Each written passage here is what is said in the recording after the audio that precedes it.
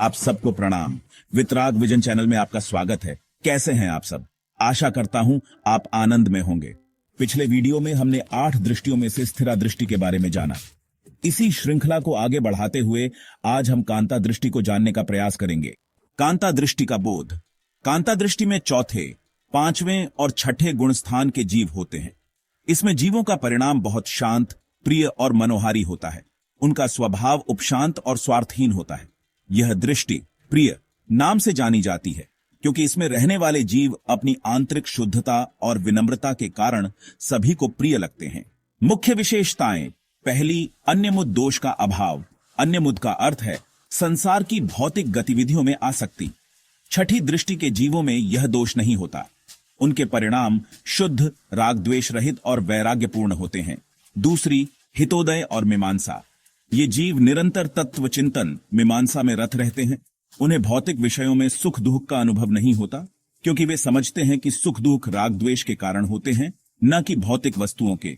उनकी मीमांसा हितोदय, सार्वजनिक कल्याण पर केंद्रित होती है। उनका जीवन परोपकार और शुभ परिणामों से प्रेरित होता है। तीसरी, आध्यात्मिक प्रगति।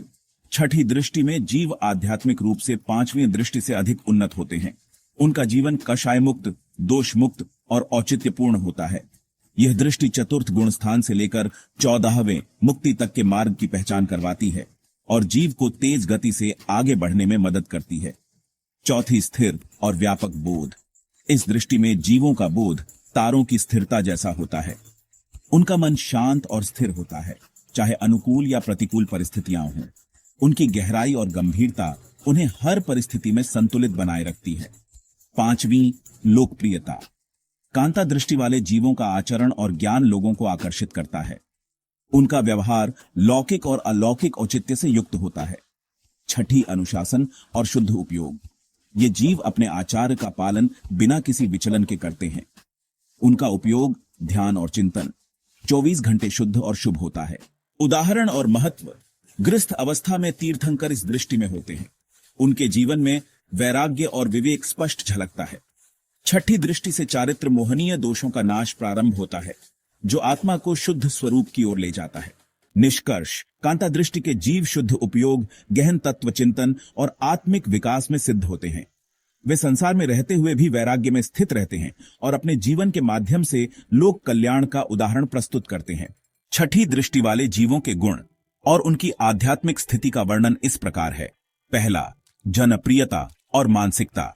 छठी दृष्टि वाले जीव अपने औचित्यपूर्ण आचरण के कारण लोकप्रिय होते हैं। उनकी मानसिकता स्थिर और प्रशस्त होती है, लेकिन उनमें अभी भी तात्विक वैराग्य और पूर्ण विवेक का अभाव होता है, जो आध्यात्मिक विकास के लिए अनिवार्य है। दूसरा, आध्यात्मिक विकास की नींव। जब तक संसार के विषय स्वरूप से दुखमय न प्रतीत हो, तात्विक वैराग्य नहीं आता। वैराग्य के बिना उनका विकास अधूरा और अतात्विक होता है, जो न तो मोक्ष मार्ग में सहायक है और न ही संसार के भ्रम को कम करता है। तीसरा, औचित्य का पालन। छठी दृष्टि वाले जीवों का मुख्य गुण औचित्य, प्रभु की आज्ञा का पालन है। यह औचित्य जीव की स्थिति के अनुसार बदलता है। जैसे पूर्ण निष्कषाय मुनि के लिए उपसर्ग झेलते हुए मौन रहना उचित है। निम्नतर अवस्था वाले मुनियों के लिए आत्मरक्षा औचित्यपूर्ण हो सकती है, ताकि वे भविष्य में अधिक जीवों का कल्याण कर सकें।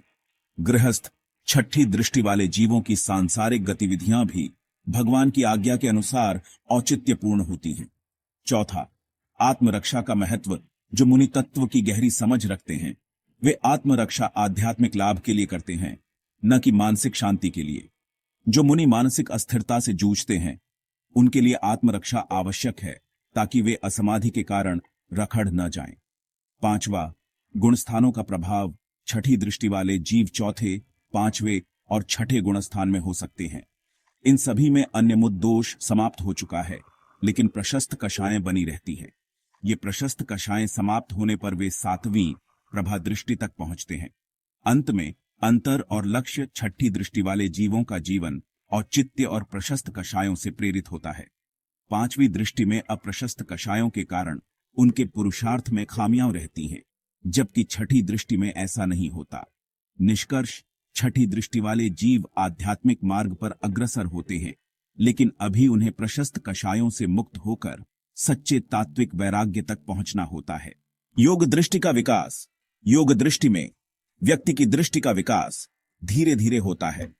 प्रारंभ में साधक केवल अपने शारीरिक और मानसिक स्तर पर ही अनुभव करता है, लेकिन जैसे जैसे वह अपने आत्मा के साथ जुड़ता है, उसकी सोच और दृष्टिकोण में गहरी समझ उत्पन्न होती है। यह एक प्रकार का विकास है जिसमें व्यक्ति न केवल अपनी इच्छाओं और भावनाओं को नियंत्रित करता है, बल्कि वह अपने कर्म, चिंतन और स्वभाव में भी निरंतर सुधार करता है। तो आज हमने 8 दृष्टि में से छठी दृष्टि कांता दृष्टि के बारे में विस्तृत जानकारी ली। अगली वीडियो में हम सप्तम दृष्टि के बारे में जानेंगे, जिसका नाम है प्रभा दृष्टि। प्रभा दृष्टि कैसी होती है, उसमें हमारा विकास कैसे होता है, उसको अच्छी तरह से जानने का प्रयास करेंगे।